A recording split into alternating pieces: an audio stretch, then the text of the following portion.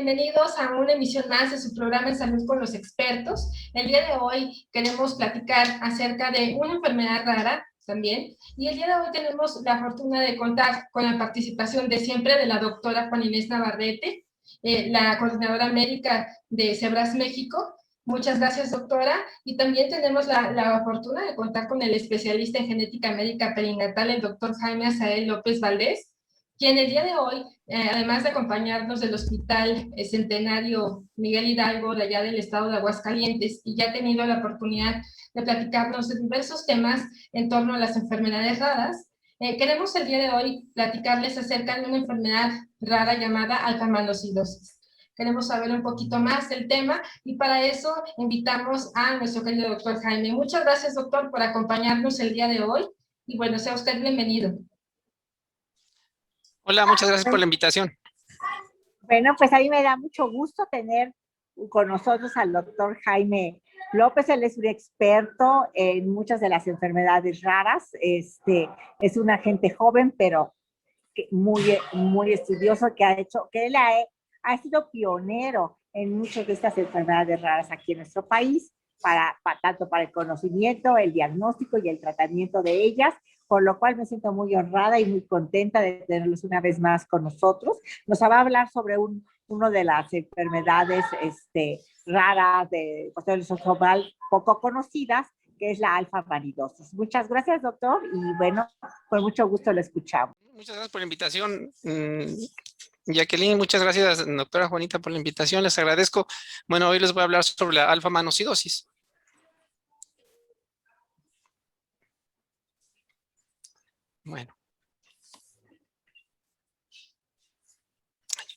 Bueno, les pongo aquí unos gatitos porque la alfa-manosidosis también se presenta en gatos. Entonces, curiosamente, en los gatos también tiene una herencia igual que en nosotros, en los humanos, que es una herencia que se llama autosómica recesiva. Si se fijan, los gatitos aquí, los papás tienen una R mayúscula y una minúscula porque quiere decir que son portadores de uno que no funciona, que es el R minúscula. Cuando tenemos un hijo, cada uno tiene que dar una R para tener un par de genes. Pero si los dos papás dan la R que no funciona, entonces vean, el hijo va a estar enfermo, que es como el caso de los gatitos. Bueno, esa es una enfermedad también poco frecuente y acuérdense que el día de las enfermedades poco frecuentes es el 28 de febrero.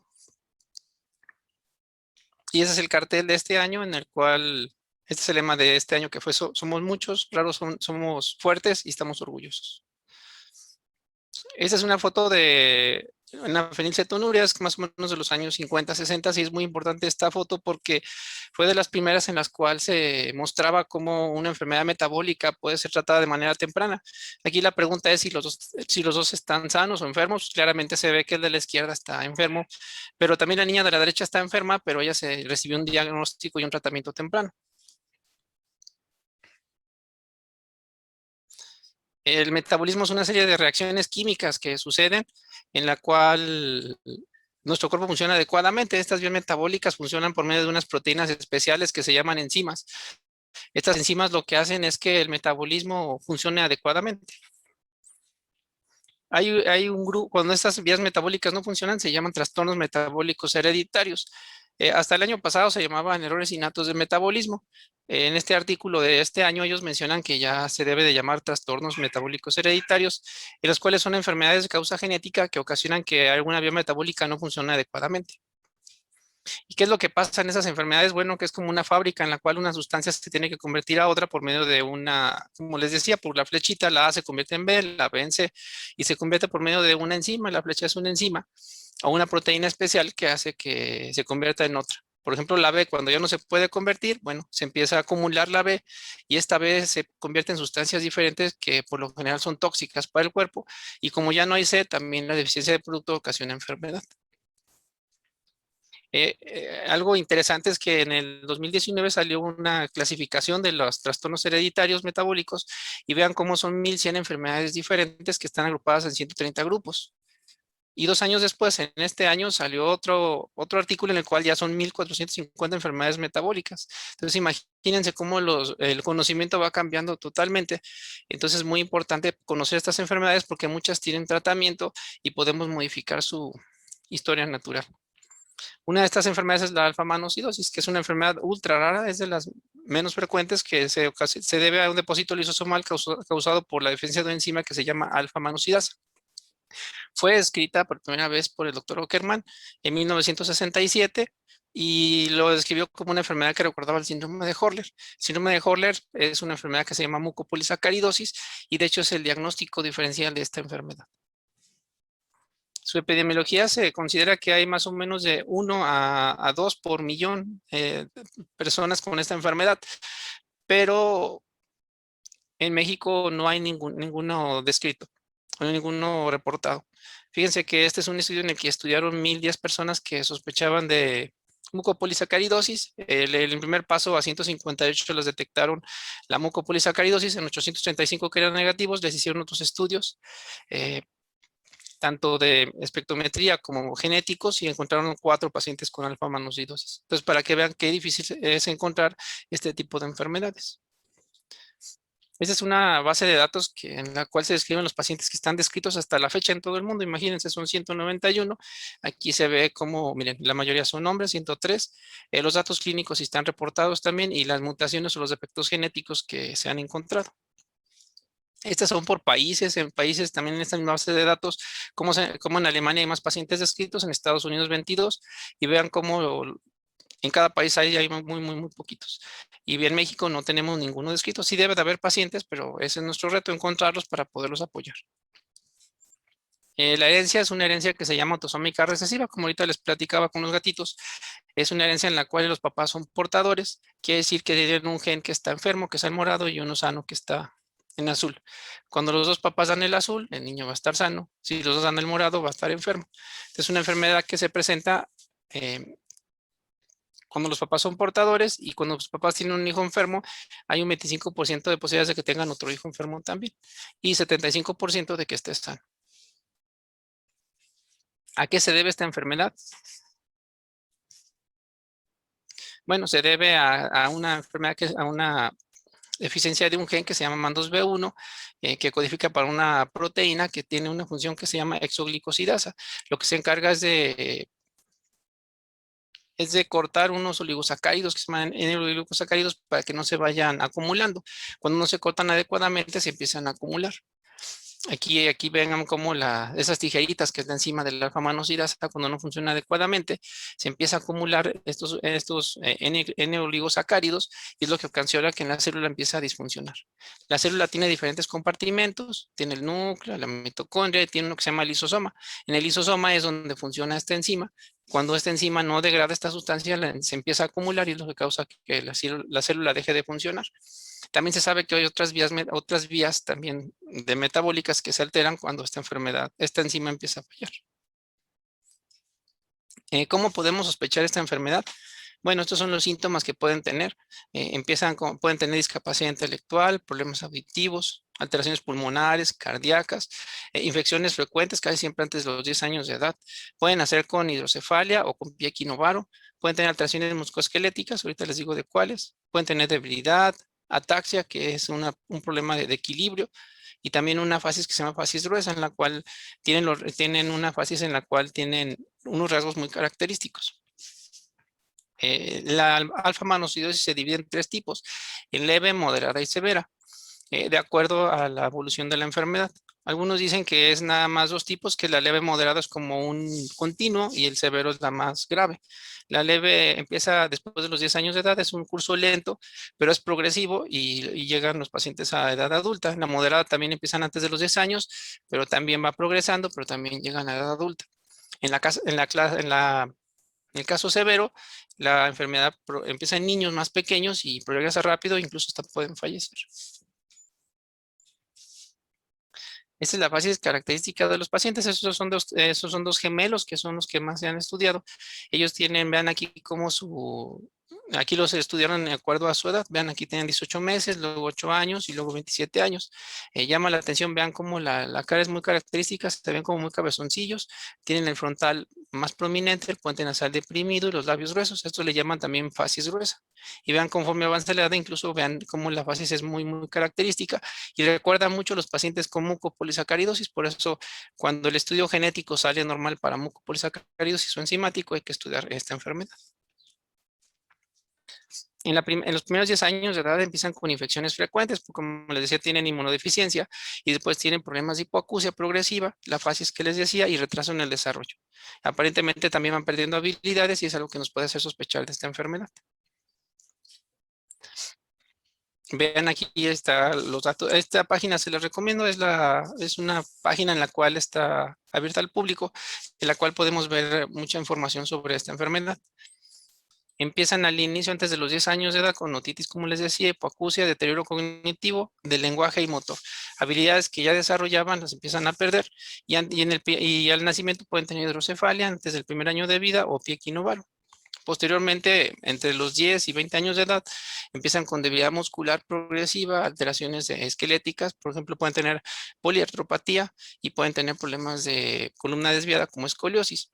También tienen alteraciones cognitivas y trastornos psiquiátricos. Fíjense que los trastornos psiquiátricos son muy característicos en la enfermedad, se consideran como brotes que pueden durar de días a semanas, en los cuales el paciente tiene alteraciones así muy, muy características y después empieza a mejorar, y es cuando se deben de sospechar.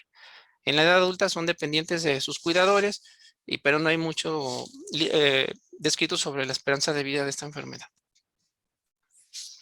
Esta también es de la página de la alfa-manosidosis, de la base de datos de los 191 pacientes que les comentaba, para que vean cómo también pueden tener otras alteraciones de los pacientes. Incluso también pueden tener alteraciones oculares, alteraciones cardíacas.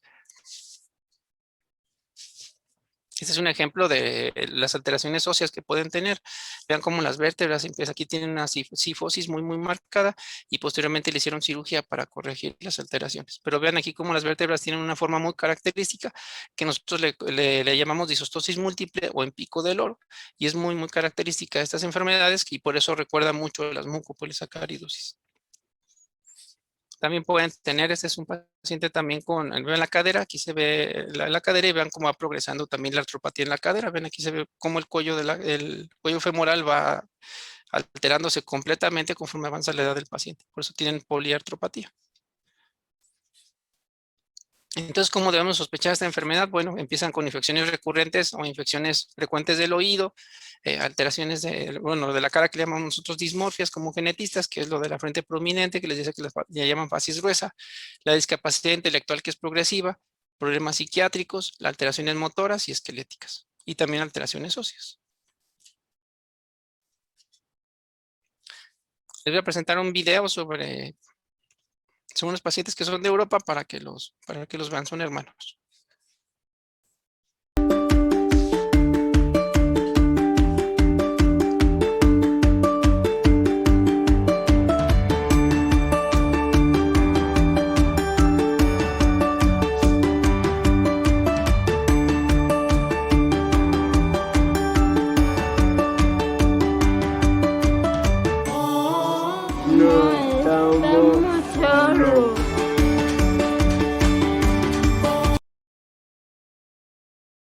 Bueno, como ven, ellos son dos hermanos, vean cómo su marcha es inestable, que le llamamos marcha táxica, y vean cómo también su lenguaje es más lento, es un lenguaje que le llaman escándido, y ven también la cara como tiene una característica muy común, que tienen la facies como los labios muy gruesos y el puente nasal lo tienen como muy sumidito.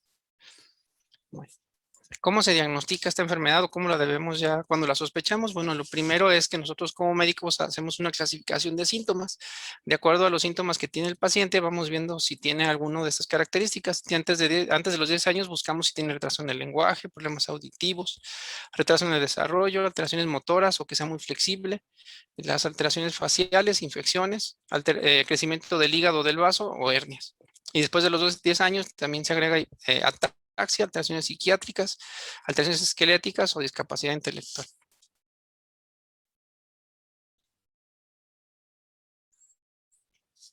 El diagnóstico se hace clínico, también el clínico quiere decir que es lo que les decía en la exploración que hace el médico. En los linfocitos podemos encontrar estas vacuolas que son muy características de esta enfermedad, hasta en un porcentaje muy alto de linfocitos los pueden tener. Y luego se hace un estudio que se llama enzimático, en el cual medimos la enzima, que es la alfa-manosidasa, para ver si funciona adecuadamente. También podemos hacer estudios en orina que se llaman prueba de oligosacáridos para medir exactamente cómo se están acumulando. Y ya posteriormente se puede hacer el estudio genético que se llama estudio genético molecular, ya para estudiar el gen MAN2B1. El tratamiento de esta enfermedad es multidisciplinario, involucra a muchos especialistas porque es una enfermedad que tiene un involucro, como les decía, multisistémico, entonces todos los médicos tienen que estar atentos a los síntomas para poder tratarlos de manera multidisciplinaria. De preferencia, sus pacientes deben ser tratados en hospitales de tercer nivel y siempre se tiene que tener un enfoque proactivo en busca de complicaciones.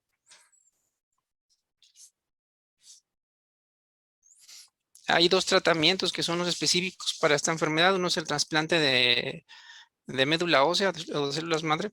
El trasplante de médula ósea en esta enfermedad se ha visto que es muy útil. Por ejemplo, este es un caso que a los 14 meses lo trasplantaron y vean cómo ya tenía alteraciones óseas. Vean cómo los huesos aquí empiezan a terminar en punta y se ven como más por un patrón reticulado. Y posteriormente al año, perdón,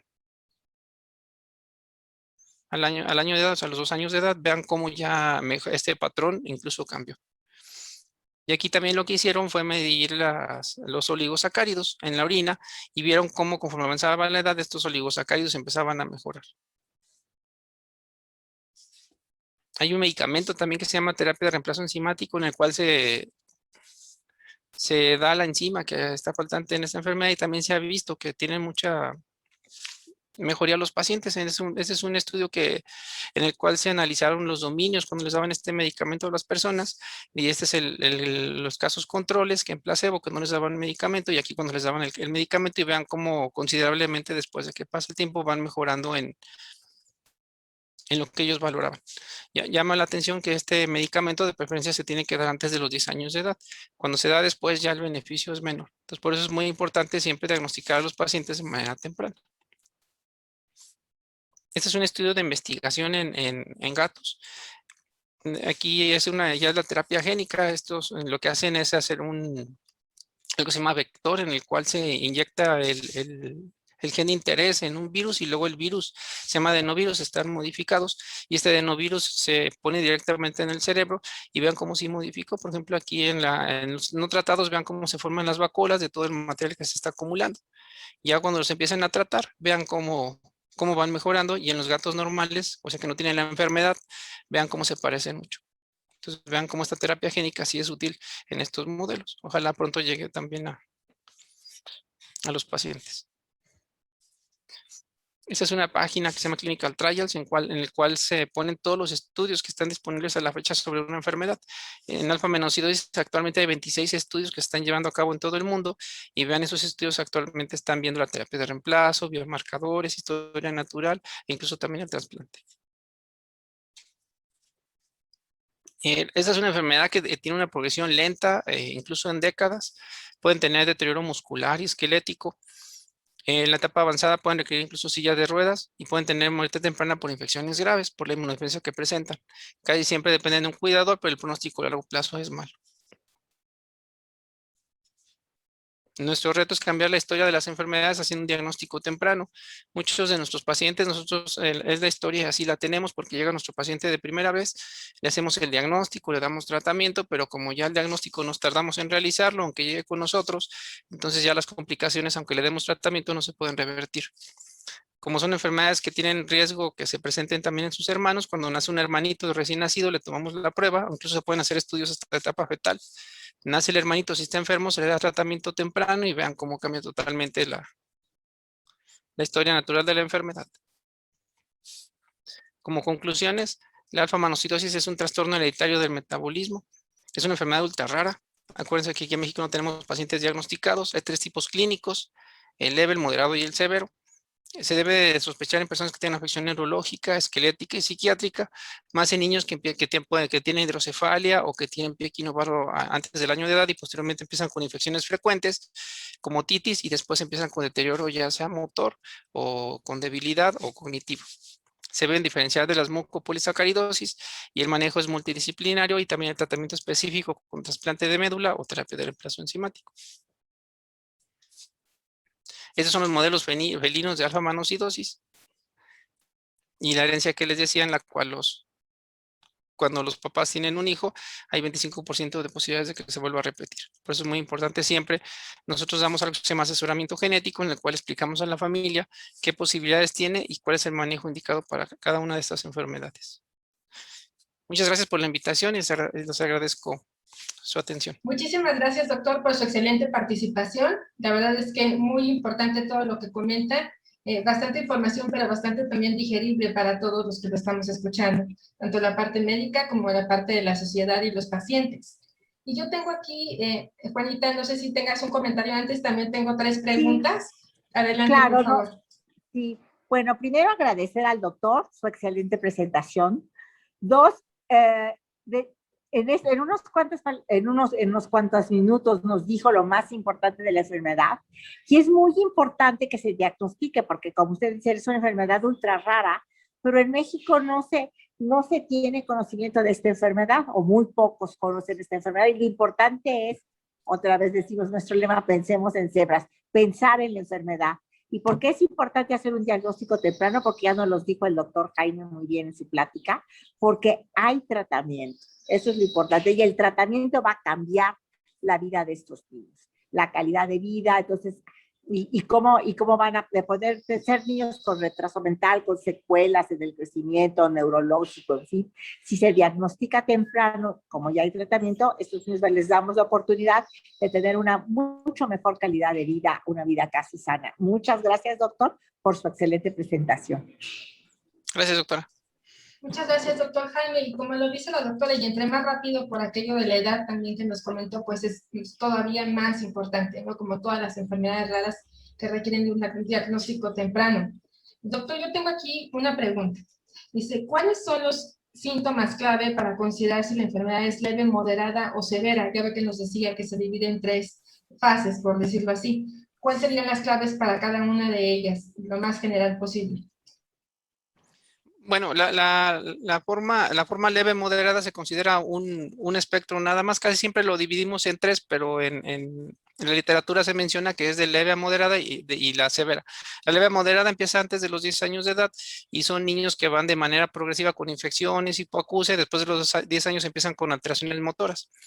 En las formas severas son niños que empiezan de manera muy temprana y la progresión es mucho más rápida e incluso pueden hasta fallecer. Entonces la diferencia es la evolución y la rapidez de los síntomas. Si vemos síntomas de ataxia o ya de más debilidad antes de los 10 años, entonces debemos sospechar en la forma severa. Ok, de acuerdo, doctor. Sí, y otra cosa, ¿aquí en México sí existen laboratorios que sean capaces de detectar esta enfermedad ultra rara? Me parece que bueno, hay un laboratorio que ofrece, bueno, hay 2 laboratorios privados que ofrecen la prueba sin costo para los pacientes, o nosotros como médicos la podemos solicitar. Y hay un laboratorio público en el IMSS que me parece que están también llevando a cabo la prueba, están estandarizándola para poderla realizar. Entonces, si hay modo de, si lo sospechamos, de hacerlo. Están estandarizando las 2 pruebas, tanto la de sangre como la de orina. Ok, doctor, es bueno saberlo. Y ya por último, doctor, ¿el trasplante de células madres hematopoyéticas tiene algún impacto en alguna parte de este tratamiento o de este tipo de, pues no sé si llamarle terapia también, en la parte neurocognitiva o en alguna otra área en específico para el paciente? Sí, entre más rápido se realice de manera temprana. Hay un estudio que es el más grande, que estudiaron 17 pacientes en los cuales sí mejoraron de manera muy importante, tanto en lo cognitivo, en lo motor, en la evolución de la enfermedad, y sí se considera que debe de ser una de las alternativas. Nada más que lo importante es siempre platicar las cuestiones de mortalidad asociadas a esta enfermedad y también la disponibilidad de encontrar un donador. Pero entre más temprano, como muchas enfermedades lisosomales, si las tratamos, les puede ir muy bien a los pacientes. Ok, doctor, perfecto. Bueno, pues la cuestión es esa, ¿no? Como lo dijo la doctora Juanita, nuestro lema es que las piensen, las sospechen y de así las puedan detectar.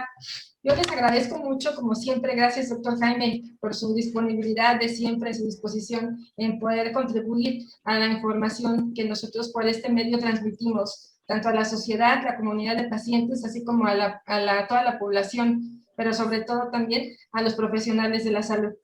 Muchas gracias. Doctora Juanita, también muchas gracias como siempre por su coordinación y por siempre estar ahí atenta para todos los niños y niñas de México. Muchas gracias a Bueno, los dos. pues a mí muchas gracias al doctor, como siempre, su excelente presentación, también por su mejor disposición y muchas gracias a ti, Jackie, por siempre estar dándonos y ofreciendo todo este simposio para el conocimiento de todo nuestro público. Muchas gracias. Gracias, muchas gracias. Gracias, doctor. ¿Algo que quiera agregar, doctor? Bueno, sí, siempre les dejé mi número, mi correo de contacto. Si tienen alguna duda, ya sea médicos o familiares de pacientes, pueden contactarme. Si tienen alguna duda de alguna... nosotros estamos en Aguascalientes, pero los genetistas somos un grupo muy unido de compañeros y amigos en los cuales si hay algún paciente que necesite apoyo, nos podemos comunicar entre nosotros para poderlo apoyar. Y como les decía, muchos de esos estudios no tienen costo para el paciente. Entonces los podemos realizar y poder llegar a un diagnóstico de manera rápida. Hay un laboratorio, por ejemplo, que la prueba tarda un mes en estar el resultado. Entonces esta odisea diagnóstica puede disminuir mucho, pero siempre y cuando se tiene que hacer una valoración integral de los datos clínicos, radiológicos y la evolución del paciente para poder llegar a un diagnóstico. Pero siempre que vean que un niño no va avanzando como debe de ser o va perdiendo habilidades, siempre hay que buscar qué está pasando. Me ha tocado pacientes con deterioro cognitivo que los médicos a veces no les creen. Dice la mamá, es que ya levantaba la cabeza y ya no la levanta. ¿Por qué no la levanta si ya tiene un año y a los 4 meses la levantaba? Ese es un ejemplo de una progresión rápida y es cuando debemos de sospechar y buscar ayuda. Claro, claro que sí, doctor. Muchas gracias. Tanto los médicos, gracias a usted, como también los padres de familia, las madres que se dan cuenta de cómo están sus hijos, pues también para ellos es este tipo de videos y de pláticas muy, muy importantes. Muchas gracias a todos los que nos escucharon y nos vemos hasta la próxima.